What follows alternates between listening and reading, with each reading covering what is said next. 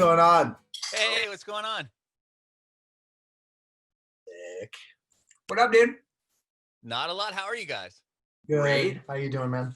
Pretty good. Thanks for doing this. Of course. Thanks for having us on, man.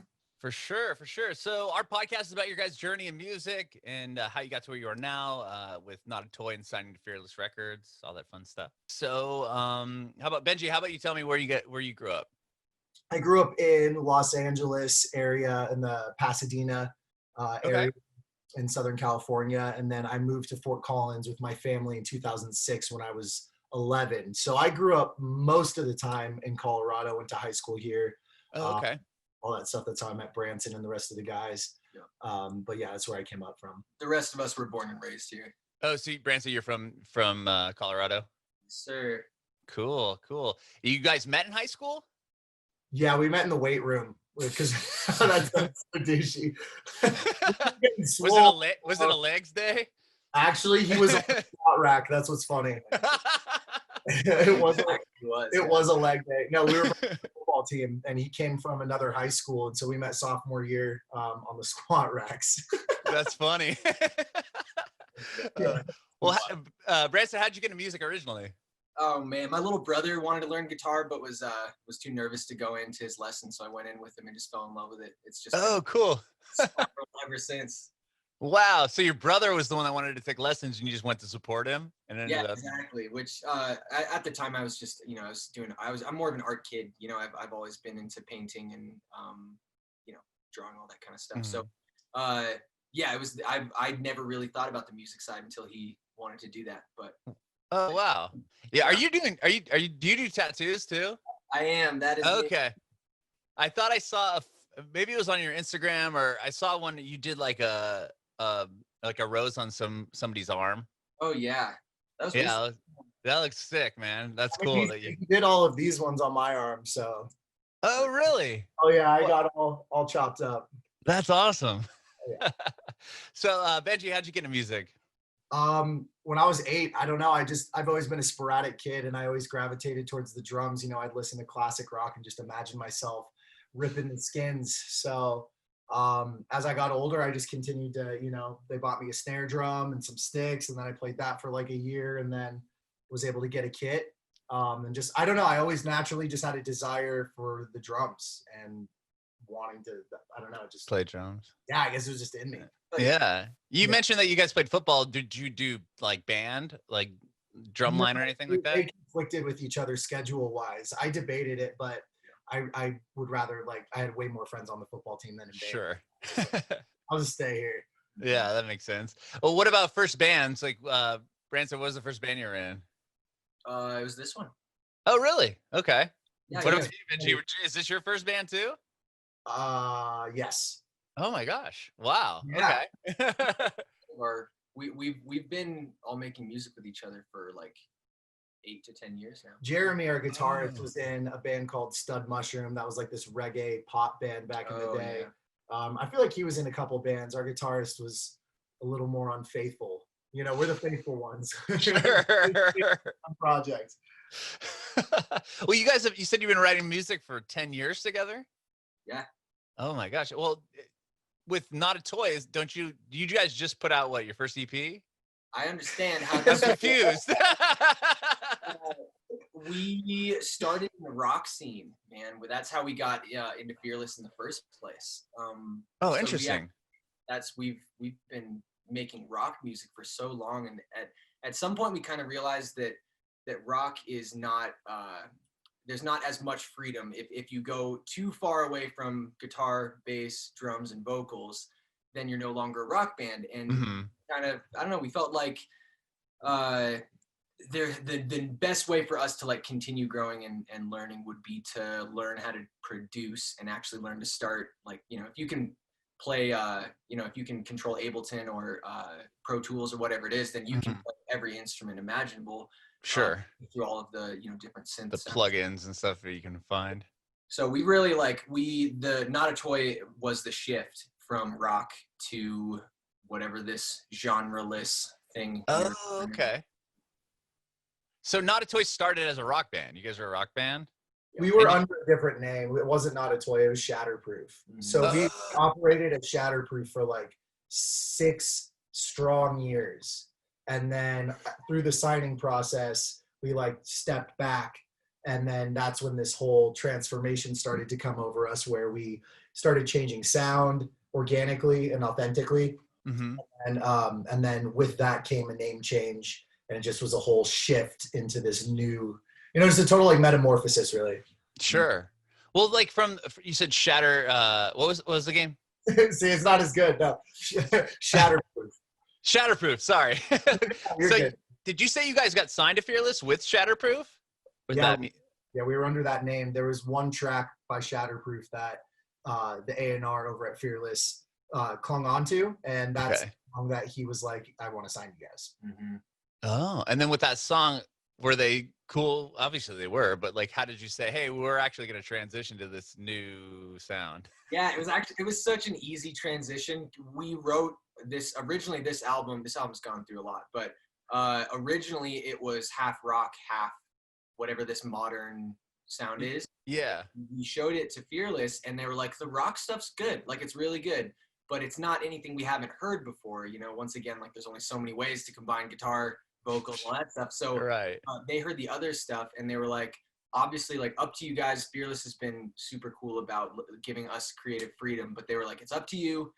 If you want, we think your new music will fit in a lot better in today's music industry than the rock music. So we decided to full jump in, which is where our hearts were anyways. So Okay. So yeah, so Shatterproof, you guys were doing stuff. You signed to the label before you changed. Like, did you put out? You said you put out a song with them. Well, no. But So we had been previously signed to a smaller label out of North Carolina, and they signed us to Shatterproof, and we actually Fearless bought us out of that deal. Oh, okay. Purchased us from them. So with them, we released a 5-song EP, all songs that we had been playing for like 2.5 years. It wasn't really new content to us. Got it. Yeah, and so that's what was out there. So we never released rock music under Fearless. Okay, I got you now. Okay, Yeah. you released that under the smaller label that they ended up buying you guys out of. Well, how did you meet that, or how did you get signed to that label with Shatterproof? Were you guys touring? Like, tell me about that. Like those early shows.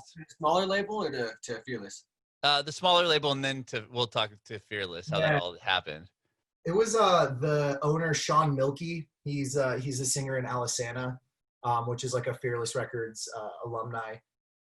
So they put out on their Facebook, who do you guys want to see us sign? And they had a good amount of people drop in and say Shatterproof. So wow. Yeah, so we dropped in our DMs and we started the conversation, and then they were going on a tour. And then we played with them on that tour at the Marquee in Denver, and then we signed in the basement in the green room with them. Oh my gosh. That was pretty grimy. It was sick. That's rad. And that was the first show you had played with the band, and they were like, okay, we're ready. Yep. Wow. That's so. And then had you guys toured, or was that So you were yeah, just playing locally? done a bunch of DIY tours. Okay. Probably since 2014, we had tried to do at least one like national tour. So, it was really cool. We were starting to get little pockets. We had 100 kids in Salt Lake, 100 kids in Albuquerque, 100 kids in Minnesota. So it was starting to grow by itself. We did a couple of those little like local Warped Tour dates and stuff. Oh, cool. We had a couple things going for us that when Revival. When Revival, this record label, heard of us, they were definitely enticed, I guess. Yeah. Wow. Well, like, was it?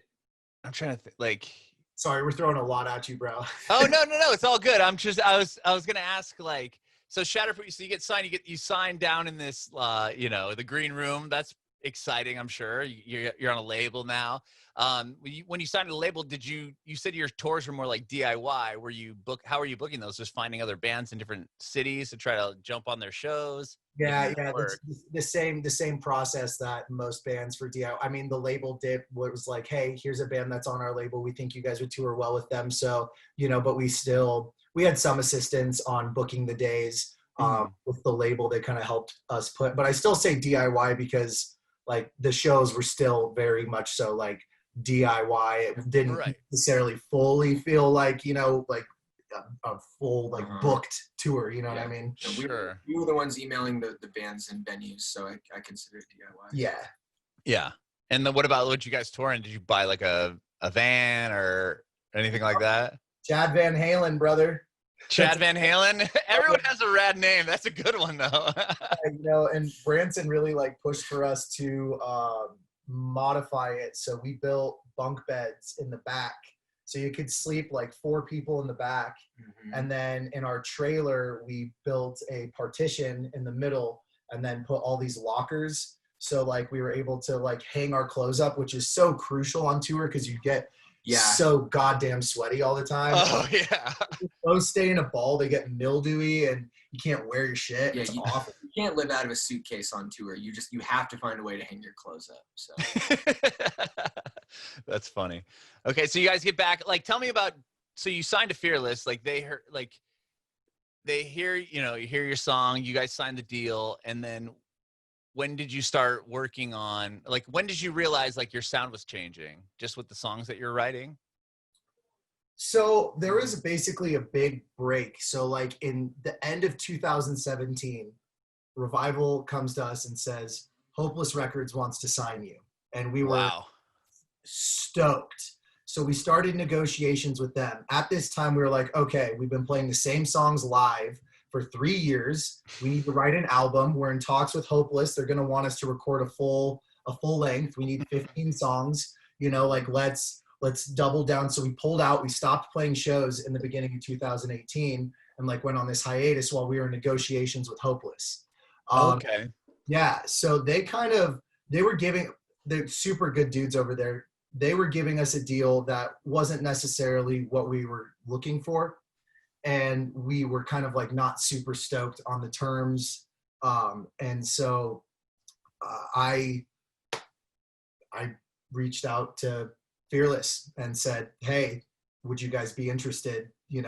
we had been reaching out to them for years though. Fearless was our dream label from high school. So like, okay, we had been sending them emails consistently every year. And finally we were like, this is your last chance. Like we're about to go with Hopeless. We're about to sign with Hopeless unless you guys change our minds. And they came in and they changed our minds and they gave us a better deal that was more favorable for us as artists. So that was really exciting. So, and it took us a year of doing contracts. And in that time we wrote the album.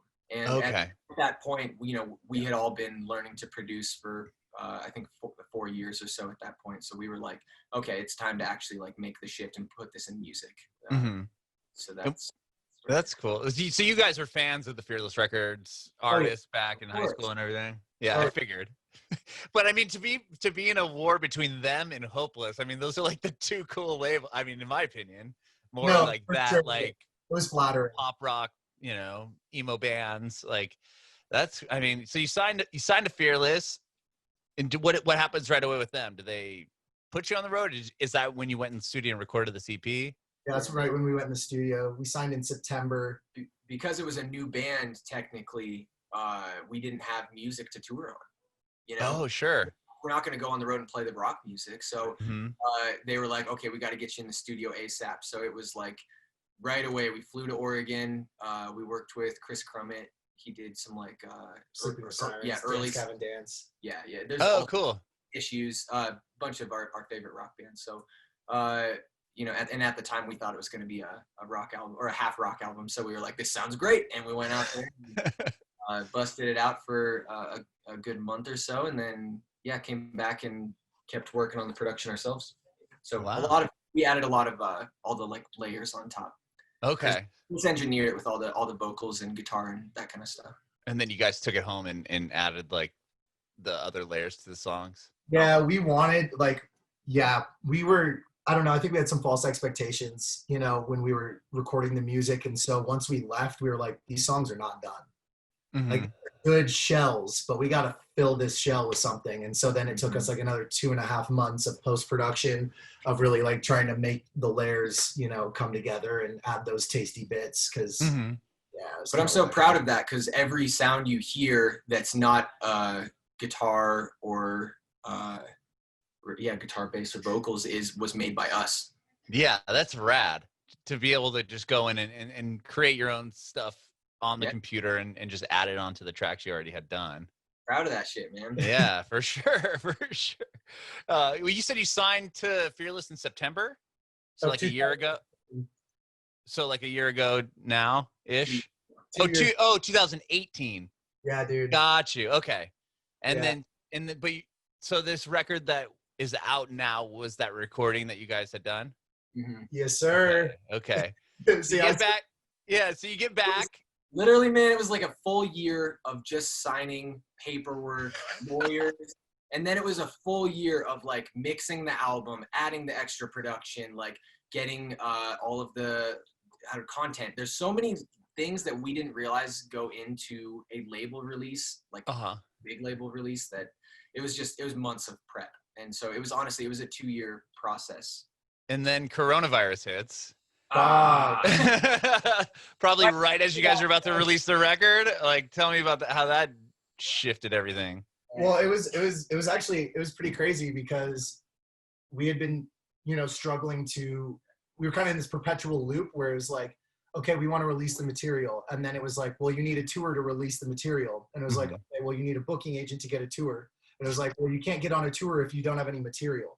And it was like, what the fuck are we supposed to do? Where do we start? Give me a starting point. So we were doing that. And then Corona hits. And it was like 8 months of that kind of cycle. And then Corona hits. And then, at that point, I just like relinquished all push. And I was just like, you know what? Like, we're going to release the music when we release the music. It's good. Do what it needs to do when it needs to do it.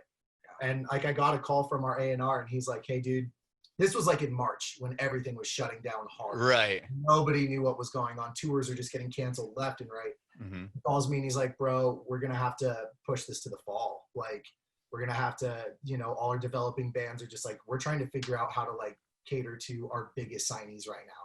And like, we don't know what we're going to do. Like, so that was the call. And then 1 week later, he calls me again and he's like, hey, we're doing a live stream and we're announcing you guys in 18 days. So now you have to prepare like how to do a live stream. We're like, okay, we need a music video, we need the like graphics, we photo need logos, shoot. Like everything, photo shoots. You've got 18 days. Artwork. Yeah. How did that all come together? Just crunch time? We got some local homies, photographers who we work with consistently who are amazing. So we basically just locked ourselves in the house and made cool shit. There was a 5-day span with very little sleep, and it literally was just like film, photos, edit, next day do the same thing, next day do the same thing. And then in between that was like getting our bio, like getting all of our social media switched over. There's like a ton of shit that had to get done. But I don't know. I feel like, I hate to say it because I love utilizing time, but when we don't, I feel like, and it like comes to cram time, we like completely fucking just crush it. You guys need to procrastinate. Like, we make our best stuff under pressure is kind of how it usually turns out. Well, that's it worked out perfectly with 18 days to figure it all out then. Exactly. I watched the video earlier for Quit Quitting. Did you shoot that during quarantine? Yes. Yeah. Even with like you guys are like, you're in the what is it, like a tunnel and all that stuff? Like, how did you guys pull that off? The city was shut down. Sorry, guys. Yeah, the city was empty. Like, everyone was forced to stay home. I was living part-time in LA at that point, and I was like, guys, there's no one out here. We could just drive through the streets, and that could be, which totally fits the vibe of that song. Yeah, totally. Okay, so that's how you guys shot it. That was in LA. Yup. Yeah, we were able to get away with some really good shots, considering that the streets were just empty. And we were kind of worried about like if the cops were like, I don't know, we didn't know if we were not supposed to pull you over for it or whatever. Yeah, but like the reality is there's so much worse shit going on in downtown LA. Like a couple of kids driving around in a convertible, they're like, whatever. Yeah. You're not bothering anybody, like whatever. Yeah.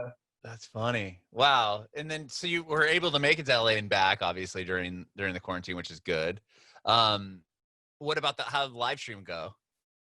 It was great. So that was a different video for that one. That was that J-Cash visualizer. Okay. Went in the basement with a strobe light and just like made trippy visuals. And we just wanted to make sure it fit the brand. the most important thing to us, just because in the past, Shatterproof was pretty brandless. So it was nice to finally just decide what Not a Toy is and completely stick with that on all levels. Yeah. And you said the live stream did you guys record it and then play it? Like, how did that work? That was recorded. Yeah. So we filmed this visualizer and then they aired it live. Yeah. Got it. Okay. Basically premiered our first song on the live stream. Yeah. And were you guys all just, because I read that you all live together, right? Or no? Yeah.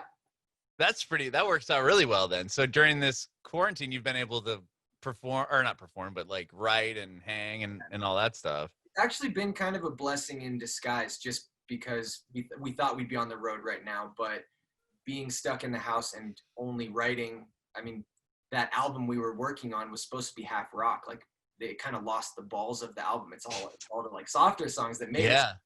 The album that I think we're about to come out with is gonna just rock people's world. I think it needs the grit side, even though it's modern and production-y. So no one's heard that yet. All they're hearing is half of our album that we recorded 2 years ago. So it's like, we've been writing for the last 2 years, and I just can't wait to show everyone. So what you just put out, is the old songs, 2-year-old songs, and obviously you have new stuff. Like, what is the plan for that? I mean, you guys haven't been able to even tour the first stuff, right? No, it's all good. Honestly, I think we're gonna focus more on the content side. We love diving into the other art parts of the music creation side. So like the music videos, for example, like we are very heavily involved in that. We haven't really got to like sit down and like fully dive in. Really, explore it. That's cool. Very cool. What about the new stuff? Is it similar to what you have on it's been 2 years. Are the songs different, or it's pretty similar vibe?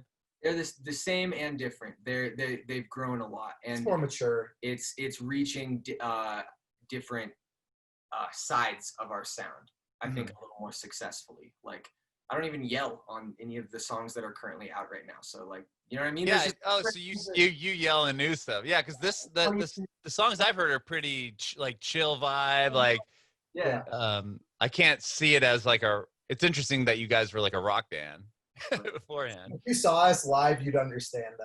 Yeah. Okay. Nobody's seen us live yet, so.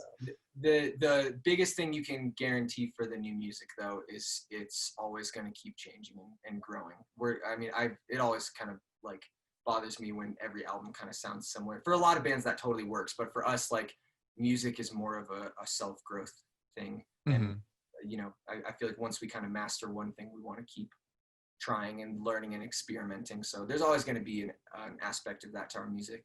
Mm-hmm. And what about like going forward now? We're all still quarantined. Do you have how are you guys, aside from interviews and stuff, are you gonna do more like live streams to get the songs out there, or get people interested? Yeah, we got some acoustic, or not quite acoustic, like deconstructed. Yeah, I guess live, but we're trying to still put our own spin on it, because I've seen so many live streams, and that's not our style to do what everyone's doing. So right, our own spin, but that should be coming out here pretty soon. And then we've got a couple new songs. We were hoping to drop at least one of them this year. So yeah, we're working hard to get 1 to 2 singles out before the year is over. I mean, it's just trying to balance on like actually basking in this album long enough, but it's this unprecedented scenario where you can't tour on your content. And if we could tour on it, I feel like realistically we'd be touring on it for like 6 or 7 months before we even considered like really releasing anything else. Right. At this point in time, it's kind of like, why wait? Like, let's just keep bringing out more content. We're green. We only got 7 songs on the internet. Might as well, add some more on there. Right. The other thing that we are definitely doing here pretty soon, though, is we've been working on our clothing line, which, like, I want to try to not say merch, because we're actually like choosing the cuts of cloth and like the types of fabric, the stitch. Oh. We're treating it like an actual brand instead of just slapping a graphic up, because we do the art side, and so we've been in contact with manufacturer and actually getting to custom create all of our own clothing. So that's cool. It's going to be really fun. So that's going to come out in the next month or 2. 2 months. 2 months. Yeah, I'd say we should start seeing things in the next 2 months about that. Wow, that's cool. So you're able to choose. You said the fabrics, like the cuts, because I know you get like I don't know this cursive shirt. It's probably just some American Apparel shirt that just press the thing on the front. You know what I mean? Is that you're gonna stay away from that? That's like a screen printed one color on the front. And Right. my favorite clothing has, a random embroidery thing on the shoulder, and then there's a random colored print on the backside, and the shirt fits like it's soft, but it fits like It's like a heavy, soft cotton. it doesn't Yeah. like every other shirt you've put on. It feels like when you go to a designer brand and order a shirt, and then you put it on, you're like, oh, I get why this shirt is so expensive. Yeah. It's awesome. It's not that's my favorite shirt. Like I want Right. the brand to be that. That's cool. I like that you're taking that, making sure that the merch looks good. Another band that does that really well is Pearl Jam. If you ever look at Pearl Jam's merch, I'm sorry. So I said no doubt. I was like, I've never looked at Pearl Jam's clothing. I mean, it's their logos and stuff aren't like mind blowing and like not like, but like the quality you can even see on their site, like the quality of stuff they make is like legit, and that's why it costs $50 for a t-shirt, but you're getting something that's worth something. It's not just gonna fall apart. It's not just this shirt with a Pearl Jam And then screen on it. times and it's not comfortable to wear anymore. Like Right, or it's fraying or just destroyed or whatever. So that's cool I'll that you. look that up. I want to check that out actually. Yeah, just take a. I mean, I don't know if you could tell online like how, but you'll see like the pricing is a bit more significant than if you were just to go and buy something online. But they do a really good job of making sure that their stuff is really high end. But That's what's cool, because then you don't have to reinvent the t-shirt as far as what you're putting on it. You know, you right. don't, like think about all, like you can, and that's like also awesome. But I feel like as long as the clothing fits awesome and like it's just comfortable and just like has that element to it where it's like it's your favorite shirt because it just makes you feel so good. Mm-hmm. Like some of my favorite shirts are just like a single color with like a single thing going across the front. Like it doesn't have to be reinvented. Right. And if you have a shirt that's everybody's favorite shirt, then it's just way more, visibly marketing for you guys. Exactly. Like, I mean, I've bought band shirts. I'm like, oh, this is a dope shirt. And I'll take it home and it's just like, it doesn't fit. It's like a box or like, it's too short. And I'm like, damn it. Like, why did I spend $25 on this? And I like the band, but now I don't want to wear it out because I don't like how it feels. And now you don't get to support your band. I mean, you are, but you don't get to use what you purchased. Exactly, man. We're creatives who love all forms of art, and it would seem silly to skimp out on the clothing side, like, or the music video side, or the whatever element it is. I just feel like every aspect of Not a Toy, it's got the same creatives working on it, so it should be just as outside of the box as everything else. Mm-hmm. Yeah, especially nowadays too, where content is everything. I mean, you could be the best live band ever, but no one's gonna be able to see you right now, or hasn't been able to. So at least you have those cool things to bring people in and keep them interested. That's awesome. Well, thank you guys so much for talking with me today. I really appreciate it. Dude, thank you. I was gonna say you have like the perfect radio / podcaster voice. Like, I don't know if you've done that before, but I've heard that. Yeah, I did radio for 15 years. Actually up until COVID, really. Okay. But so this is, we've done the podcast for a little over a year now, but it's always been separate than my other job. And now it's full time, full thing. So together. Well, thank you so much for having us, man. It's been awesome. Dude, I have one more question for you both. I want to know if you have any advice for aspiring artists. You want to go first? No, you go for it. You sure? I feel like we're still aspiring artists. So you know what I mean? It feels like slightly hypocritical for me to be like, this is how you do this. But you're like leaps and bounds over most people that are in a band. Like there's a kid in the garage and you guys are signed to Fearless. Honestly, I'd say my biggest thing is just treat every fan like gold. It's really like one super fan is worth more than 100 people who kind of interact with you or kind of follow or whatever. But someone who's like a diehard, treat them right, and just whether that's sending them extra stuff, stickers, I don't know, posters, that kind of stuff. I don't know, just treat people right. That's cool. I feel like mine is more like slightly business oriented, but I feel like there really isn't one way to make it, except just being persistent and relentless at something. And so like, if you really do want to do something, be adaptable and continue to push, and don't be upset when one way you're pushing doesn't work. Continue to push on, you know, like be creative and continue. I mean, I just feel like so many times we were always thinking, how do we get a hold of Kevin Lyman to get on Warped Tour? How do we get a hold of the dude who runs Epitaph? Like, we sent the dude from Epitaph a colander and a poem and a bottle of wine just to get his, like, you know, it didn't work.